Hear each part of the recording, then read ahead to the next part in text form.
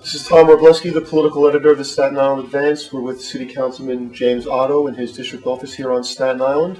One thing you alluded to before, I mean, there's this thing, well, throw the bums out, which seems to be the sort of prevailing thing now. And there's also, hey, listen, everybody's okay. Are voters wrong these days, given what's happening in Albany, given what's happened here, and never mind the budget stuff, which we haven't even really seen, the state budget stuff, to think that to come down somewhere in the middle of that and say, what are these people doing all day? You know, this guy's over this way, this guy, there's money being shifted around, there's no oversight, that people can't control their staffs. Where are people spending their time? How are they spending the public time? Meanwhile, they're asking for congestion pricing, they're asking maybe for an internet sales tax. Are voters right to say, hey, what really is going on? Maybe some people should be held accountable. Listen, I think people are busy in their lives, with their family, with work, trying to make ends meet. Everything is going up. I know it's difficult. I don't expect them to have lots of time to know the ins and outs of politics. And when they are just looking for it from their homes and they see all of these controversies, I think there is a level probably higher than I can recall of cynicism and of skepticism. And you know, it's well founded. I have, and this has been on my desk for a while. I have a quote. Something has gone terribly wrong in the country where parents no longer wish their children to grow up to be the president. They see the public profession as corrupt and they wish to hold their children to higher standards. Americans have lost pride in their government. That shames me and I want to do something about it. John McCain, February of 1999. And, you know, one of the reasons, Tom, why I love the show The West Wing is that they painted my profession in a positive light. In fact, I have on that wall, there was a study, West Wing Miracle, Politicians Look Good. After the West Wing, people started having a better impression of elected officials. Almost like after LA Law, people had a much more positive impression of attorneys. I know I'm keenly aware of it. Every day I feel that I am a quote-unquote politician, and every person I meet, I have to overcome the presumption of he's lazy, he's a bum, he's this, he's that. And you do your best to distinguish yourself from everyone else or from that perception. But you can't keep having controversy after controversy. One controversy completely wipes away 1,000 good deeds that go unnoticed. Every day good things happen.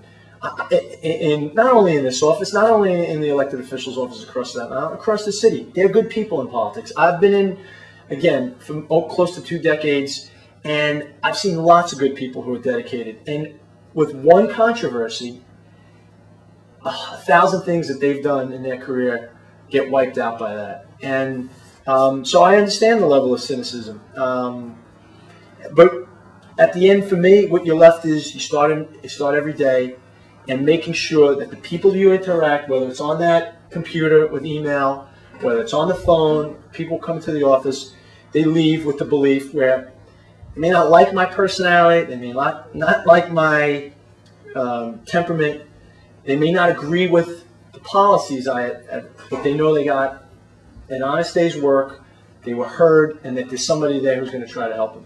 That's all you can do. Can't talk about the future without talking about your future, obviously. You're term limited out of office in 2009. You were talking to my father about my future. In the movie, huh? That's one. That's one. Very good. Mm-hmm. My father. So, mentioned frequently as a candidate for borough president, perhaps. I mean, you want to speak a little bit about that? What's your next act? Yeah, I don't play the game where I'm looking at this, I'm looking at that. I'm seriously, actively considering the borough presidency, and we started raising money. It's something that it took me a long time, despite what other people thought I was going to do. It took me a long time to kind of come to peace with it. There was a point a few years ago that I thought that I'll finish out my term in the council and move on. I genuinely believe that. And some other people didn't believe it, and they said, ultimately, you'll come around to it. And I told some people very near and dear to me that I think this is it. They certainly believed me. And then you start getting these pangs, and the reality is this is who I am. This is what I'm about. This is what I do. I think I'm pretty good at it. And although I don't have, to steal some phraseology from Fred Thompson, I don't have a burning ambition to be the borough president. I do like to do the things that only a borough president can. So, you know, that's a long ways off. To steal some more language from Jim Molinaro, you know, a week is a lifetime in politics. The one thing I can say is, like, everyone loves to talk about the matchup between Michael McMahon and I in 2009. The one thing I can say is that both Michael and I are aware of the fact that very often in City Hall, it's the 3 Staten Island members versus the world.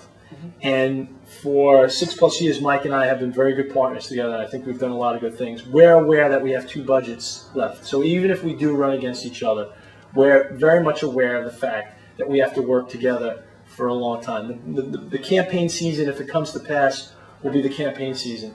And despite all the speculation, and despite the fact that we've been on different sides of certain issues, we've been able to do it in a good way, where we haven't let potential races in the future impact that working relationship. We got a tough budget coming up, and it's going to be tough for local groups. It's going to be tough from the state perspective, and I think it's going to be tough on a local perspective. So it's up to Michael and I and Vinny to kind of work shoulder to shoulder. And the future will be the future. We'll see what happens. Maybe the loser can be deputy.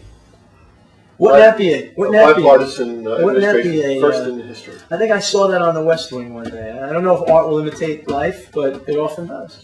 Well, life will imitate art. Thanks very much, Councilman. Appreciate it. I appreciate it very much.